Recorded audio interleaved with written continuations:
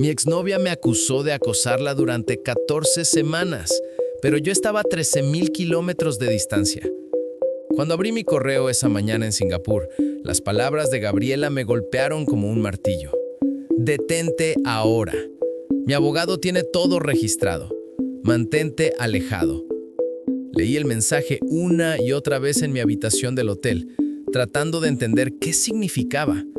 Llevaba 3 meses trabajando aquí, al otro lado del mundo. No había intentado contactarla ni una sola vez. 48 horas después, un mensajero internacional tocó mi puerta con documentos legales. Según la solicitud, Gabriela Méndez declaraba que durante 14 semanas la había perseguido sin descanso, apareciendo en su oficina, siguiendo su automóvil, enviándole mensajes amenazantes desde números desconocidos y vigilando su edificio por las noches. Los papeles incluían una tabla detallada con fechas exactas, horarios precisos y ubicaciones específicas. Cada entrada me pintaba como un exnovio desquiciado, incapaz de superar nuestra separación. Pero había un problema fundamental con su historia. Durante todas esas fechas, yo había estado en el sudeste asiático. Me llamo Marcos Rivera. Trabajo como ingeniero estructural, especializado en cimentaciones para rascacielos. 3 meses atrás, mi compañía me envió a Singapur para supervisar las etapas iniciales de un proyecto residencial de lujo. Sería una asignación de 4 meses. Gabriela y yo terminamos nuestra relación 2 semanas antes de mi partida, después de 1 año y medio juntos. Ella buscaba matrimonio e hijos inmediatos. Yo necesitaba enfocarme en este avance profesional crucial. Habíamos acordado que nuestros caminos iban en direcciones diferentes y nos despedimos de forma civilizada, o al menos eso pensé. Inmediatamente llamé a mi amigo Roberto, abogado especializado en casos familiares. Después de escuchar toda la situación, me hizo la pregunta clave. ¿Puedes demostrar que estuviste en Singapur en todas esas fechas? Absolutamente, respondí. Tengo mi pasaporte, registros laborales, visas, boletos de avión, facturas del hotel con fechas y horas, fotografías del sitio de construcción.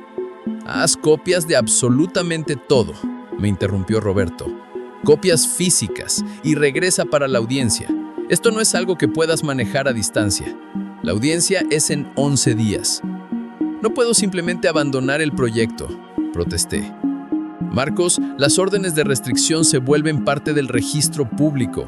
Si esto avanza, aparecerá en verificaciones de antecedentes por el resto de tu vida. Cada empleo futuro, cada contrato de renta, cada relación nueva. Tienes que estar en esa corte.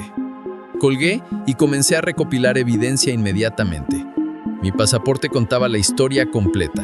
Entrada a Singapur el 3 de febrero, sin salida hasta un viaje de fin de semana a Bangkok en marzo, después regreso a Singapur. Había estado literalmente ausente de Norteamérica durante todo el periodo que Gabriela afirmaba haberme visto acosándola. Revisé mis registros telefónicos, estados de cuenta bancarios, reportes de trabajo y fotografías del proyecto con metadatos mostrando coordenadas GPS y fechas. Toda la evidencia señalaba la misma verdad. Había estado a 13,000 kilómetros de distancia. Pero mientras recopilaba la documentación, una pregunta más inquietante emergió. ¿Por qué Gabriela haría esto? Habíamos tenido una relación sólida. Nuestra ruptura fue madura, triste, pero de mutuo acuerdo. Incluso me envió un mensaje una semana después de mi partida, deseándome éxito en el proyecto. ¿Qué había cambiado? ¿Qué podría motivarla a fabricar una historia completa de persecución? Llamé a mi supervisor del proyecto y le expliqué la emergencia. No le agradó que dejara el trabajo a medias, pero comprendió la gravedad. Reservé un vuelo de regreso y aterricé 2 días antes de la audiencia. La mañana que llegué me reuní con Roberto en su oficina. Ya había obtenido el expediente completo y lo tenía extendido sobre la mesa. Los detalles eran perturbadores. Gabriela afirmaba que me había presentado en su gimnasio los días 10, 17 y 24 de febrero, que seguí su vehículo a un restaurante el 14 de febrero, que recibió mensajes amenazantes de números desconocidos en múltiples ocasiones y que me habían visto fuera de su edificio 17 diferentes veces. Esto es extraordinariamente elaborado, comentó Roberto. No son acusaciones vagas. Tiene fechas específicas, horarios exactos y hasta descripciones de tu supuesta vestimenta. Puedo refutar cada una, dije mientras colocaba mi pasaporte sobre la mesa. Mira, entrada el 3 de febrero, sin salida hasta el 15 de marzo cuando volé a Bangkok. Regreso a Singapur el 18 de marzo. Físicamente imposible estar en su gimnasio en ninguna de esas fechas. Roberto estudió el pasaporte cuidadosamente y luego me miró. Esto es lo que me preocupa. Ella sabía que estabas en Singapur. Conocía tu asignación laboral. ¿Por qué presentaría acusaciones tan fácilmente refutables? Quizás pensó que no regresaría para la audiencia. Tal vez esperaba que aceptara la orden a distancia. O tal vez, dijo Roberto lentamente, ella no armó esto sola. Sus palabras me impactaron. ¿Qué quieres decir? Estos documentos requieren nivel de detalle, organización y formato legal considerable. La mayoría de las personas solicitando órdenes de restricción actúan desde la emoción y su documentación lo refleja. Acusaciones imprecisas, cronologías inconsistentes. Esto, señaló el expediente, fue preparado por alguien que sabe exactamente qué hacer. Tiene un abogado listado, firma Morrison y Asociados, un bufete corporativo. Roberto buscó en su computadora. Interesante. Morrison y Asociados se especializan en derecho familiar, pero son conocidos por tácticas agresivas en divorcios conflictivos. ¿Por qué necesitaría Gabriela un bufete así para una simple orden de restricción contra un exnovio? Hizo una pausa deliberada. A menos que esté planeando algo más extenso. ¿Cómo qué? Como una demanda civil, angustia emocional, persecución, difamación. La orden de restricción es solo el primer paso. Te establece como persona peligrosa en registros públicos. Después te demanda por daños, costos de terapia, gastos de reubicación, sufrimiento psicológico. La mayoría acepta un acuerdo porque litigar cuesta más que pagar. Todo comenzó a tener sentido. Está intentando extorsionarme. Es un patrón reconocible. Seleccionan a alguien con recursos, presentan una orden de restricción con acusaciones alarmantes, luego usan el registro público para forzar un acuerdo financiero. La mayoría de la gente no tiene una coartada tan sólida como la tuya. La mayoría llega a acuerdos. Sentí ira fría y concentrada. Eligió al objetivo equivocado. Sin duda, concordó Roberto. Aquí está la estrategia. No revelaremos tu coartada antes de la audiencia. Dejaremos que su abogado presente todo su caso, que construyan su narrativa completa, que Gabriela testifique bajo juramento sobre todos estos incidentes. Después, lo desmantelaremos sistemáticamente. ¿Por qué no presentar el pasaporte como evidencia anticipada? Porque si lo hacemos, retirarán la solicitud y buscarán un ángulo diferente. Pero si Gabriela comete perjurio en la corte, si se sienta en el estrado y jura bajo juramento que te vio en lugares donde probablemente no estabas, es un crimen federal. Eso cambia completamente el juego. La audiencia estaba programada para las 2 de la tarde de un martes. Roberto y yo llegamos media hora antes con una carpeta conteniendo mi pasaporte, documentación laboral, registros de vuelos y fotografías del proyecto con sus metadatos. Nos sentamos en el pasillo esperando que llamaran nuestro caso. A las 10 para las 2, Gabriela llegó con su abogada, una mujer elegante de aproximadamente 50 años llamada Patricia Morrison. Gabriela lucía nerviosa, mientras Patricia irradiaba seguridad profesional. Inicialmente no me vieron. Estaba sentado, parcialmente oculto detrás de una columna. Cuando Gabriela finalmente me notó, su rostro perdió todo color. Agarró el brazo de Patricia y le susurró urgentemente. Patricia me observó, frunció el ceño y luego apartó a Gabriela para una conversación privada. No podía escuchar sus palabras, pero Gabriela continuaba negando con la cabeza mientras Patricia parecía intentar tranquilizarla. Roberto se inclinó hacia mí. No esperaba que aparecieras. Perfecto. A las 2:07 nos llamaron. La jueza Elena Martínez presidía, una mujer de mirada penetrante. Aproximadamente 60 años con reputación de eficiencia y cero tolerancia para pérdidas de tiempo.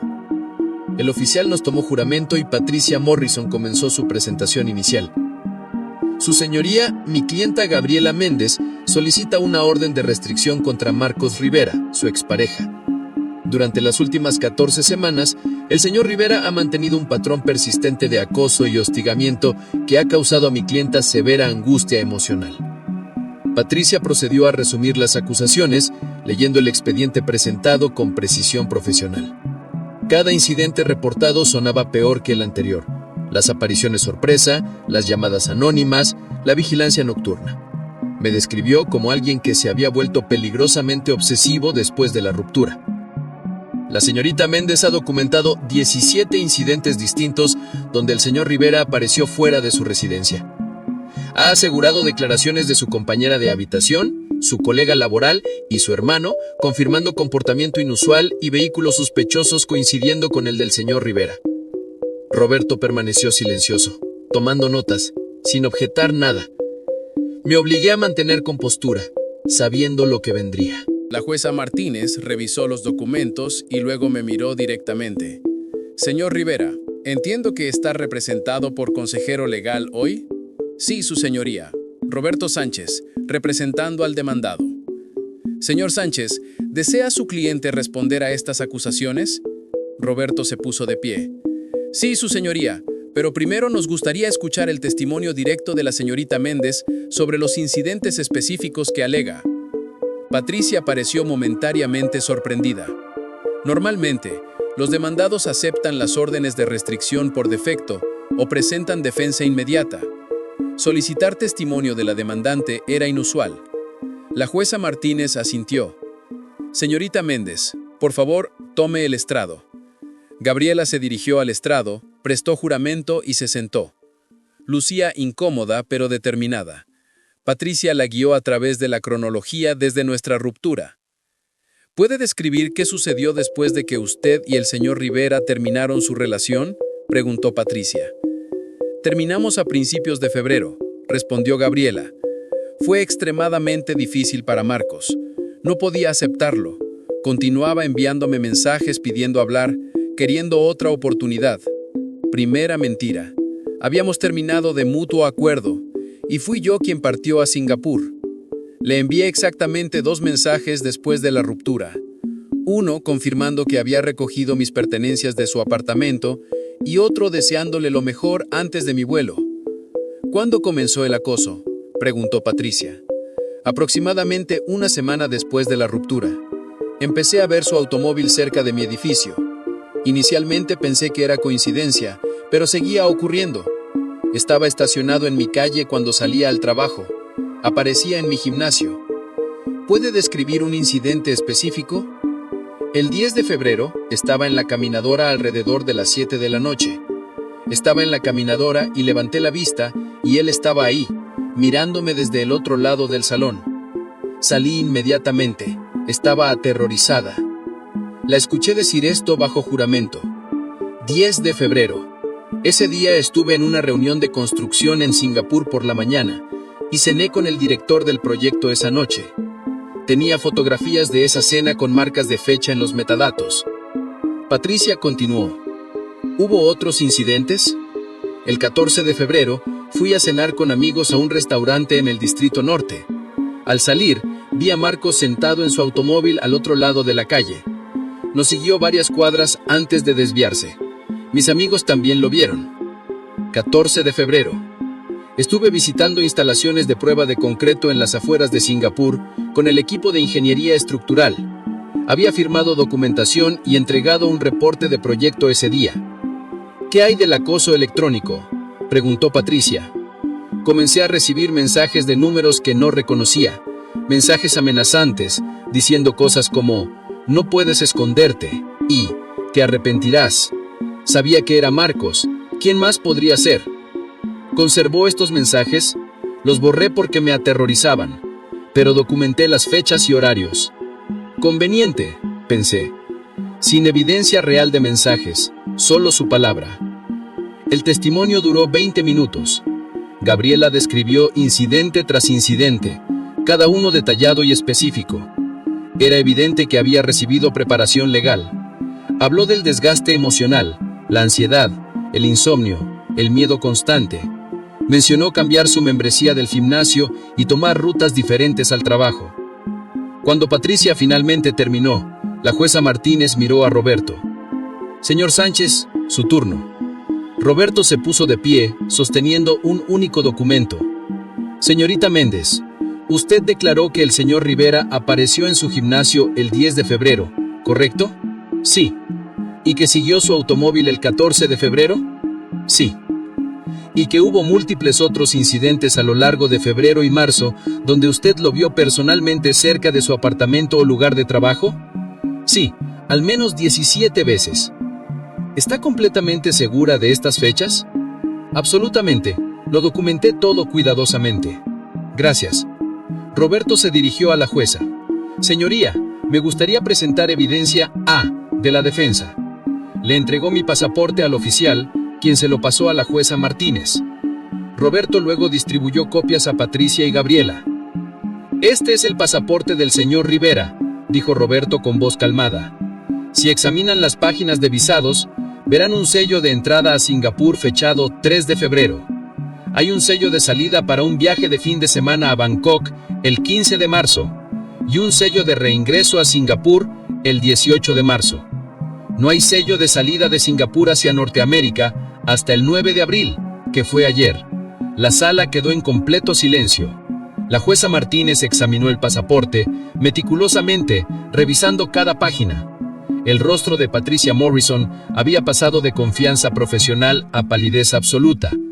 Gabriela se quedó completamente congelada en el estrado. Señorita Méndez, dijo Roberto con voz perfectamente controlada. ¿Cómo pudo el señor Rivera estar en su gimnasio el 10 de febrero cuando estaba en Singapur? Debo haberme equivocado con la fecha. Usted testificó bajo juramento que documentó todo, que estaba completamente segura de las fechas. ¿Cómo pudo equivocarse con 17 incidentes distintos? Tal vez no era él. Entonces, ¿por qué presentó una orden de restricción contra él específicamente? ¿Por qué su abogada presentó testimonio detallado sobre fechas y lugares específicos donde afirmó haber visto a Marcos Rivera? Gabriela miró a Patricia con desesperación. Patricia estaba leyendo el pasaporte, su expresión endureciéndose. Se había dado cuenta de lo que había sucedido. Su clienta había cometido perjurio masivo y ella había sido instrumento al presentarlo ante la corte. La jueza Martínez dejó el pasaporte sobre su escritorio. Su rostro no mostraba satisfacción, solo severidad profesional. Señora Morrison, acérquese al estrado. Señor Sánchez, usted también.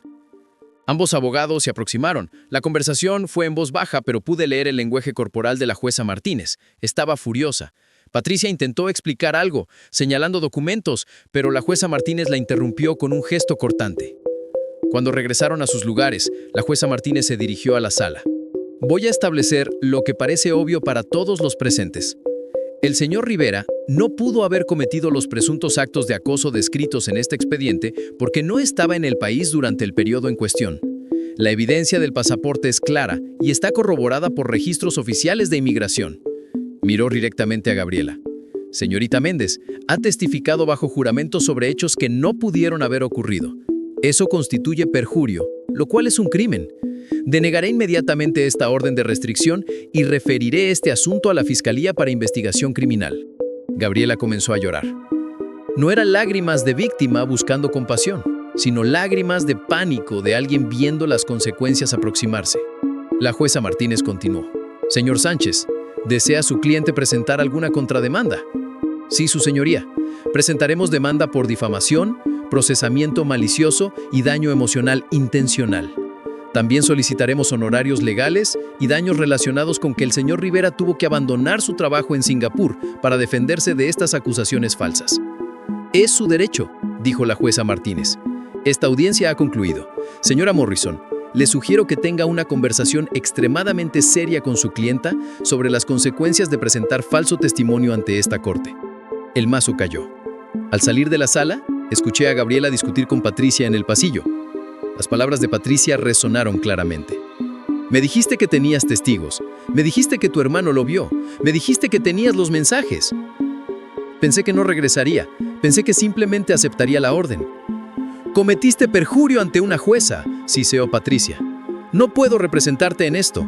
Me retiro de tu caso inmediatamente. Roberto y yo pasamos junto a ella sin decir palabra.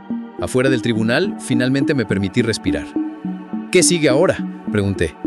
Ahora esperamos que la fiscalía decida si presentarán cargos criminales. Los casos de perjurio pueden ser complicados de probar, pero este está envuelto para regalo. Ella testificó bajo juramento sobre 17 incidentes falsos específicos. El pasaporte es evidencia irrefutable. Diría que hay alta probabilidad de que la procesen. Y nuestra contrademanda será bastante directa. Presentó una orden de restricción sin fundamento con mala intención. Tienes daños cuantificables, gastos de vuelo, honorarios legales, posible daño a tu reputación profesional si esto hubiera avanzado. Estamos hablando de acuerdo mínimo de 5 cifras, posiblemente 6 si lo llevamos a juicio y demostramos intento de extorsión. Miré hacia el edificio del tribunal. A través de las puertas de vidrio, vi a Gabriela sentada en una banca, con la cabeza entre las manos. Una parte de mí sentía lástima. Cualquiera que haya sido su motivación, claramente había fracasado espectacularmente. Pero la mayor parte de mí simplemente estaba furioso. Intentó etiquetarme públicamente como acosador. Intentó usar el sistema legal como arma para ganancia financiera, venganza o cualquiera que fuera su razonamiento. Y lo hizo asumiendo que no me defendería. 3 semanas después, recibí noticia de que la Fiscalía había decidido procesar a Gabriela por perjurio y presentación de reporte falso. Ambos eran delitos menores, pero ambos conllevaban posibles penas de prisión y multas sustanciales. Su nuevo abogado, el tercero desde que Patricia se retiró, nos contactó buscando negociación de cargos. Simultáneamente, recibimos ofertas de acuerdo respecto a nuestra contrademanda civil. La oferta inicial de Gabriela fue de $15,000. Roberto contraofreció $125,000. Eventualmente, acordamos $87,000 más una declaración escrita de Gabriela admitiendo haber fabricado las acusaciones de acoso y disculpándose por el daño causado. Esa declaración se presentaría ante la corte como parte del acuerdo, creando registro público que limpiaría mi nombre. Como parte del acuerdo, ella también aceptó declararse culpable de los cargos criminales, recibiendo 2 años de libertad condicional y 200 horas de servicio comunitario y terapia obligatoria. Regresé a Singapur y completé mi proyecto. La cimentación fue impecable. La diseñamos para resistir terremotos de magnitud 7.5 y vientos con fuerza de tifón. Duraría un siglo. Antes de partir de regreso a Singapur, pasé por la oficina de Roberto para recoger los documentos finales del acuerdo. Me entregó un sobre conteniendo un cheque y la disculpa escrita de Gabriela. ¿Alguna vez descubriste por qué lo hizo?, preguntó Roberto. Le había dado muchas vueltas a esa pregunta. Incluso contraté a un investigador privado para examinar las finanzas de Gabriela después de la audiencia. Lo que descubrió fue revelador. Había acumulado $40,000 en deudas de tarjetas de crédito en los 3 meses desde nuestra ruptura. Contrato de arrendamiento de automóvil nuevo, renovación costosa del apartamento, gastos excesivos. Había estado viviendo más allá de sus medios y necesitaba dinero urgentemente. Estaba en quiebra financiera, le dije. Pensó que podría extorsionarme para un acuerdo rápido. La mayoría habría pagado solo para evitar problemas. No contaba con que tuviera una coartada absolutamente irrefutable.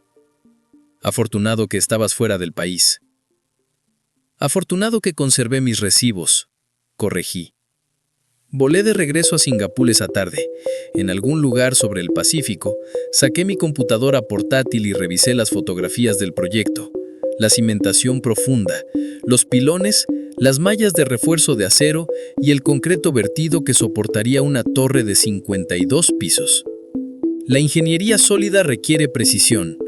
Cada medición importa, cada cálculo debe verificarse, cada suposición debe probarse. Gabriela había construido su caso sobre suposiciones y mentiras. Asumió que no documentaría mis viajes. Asumió que no regresaría a luchar. Asumió que una orden de restricción era solo trámite que nadie cuestionaría. Se equivocó en todo. Las cimentaciones que ayudé a construir en Singapur durarán un siglo. Las falsas acusaciones de Gabriela colapsaron en menos de 30 minutos. Abrí mi pasaporte y miré las estampillas de entrada a Singapur una vez más. Esa pequeña marca de tinta, apenas visible y fácilmente ignorada, valía más que cualquier evidencia que ella hubiera inventado. Era prueba simple de una verdad simple.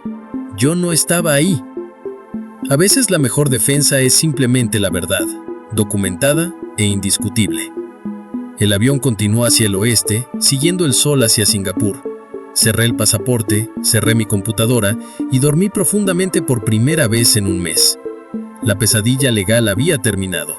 Mi reputación estaba limpia. Y en algún lugar, Gabriela estaba aprendiendo una lección dura sobre consecuencias. Aprendí que la justicia no siempre surge de argumentos brillantes ni revelaciones dramáticas. A veces se trata de algo tan simple como mostrar un pasaporte y dejar que los hechos hablen por sí mismos. Nunca volví a saber de Gabriela.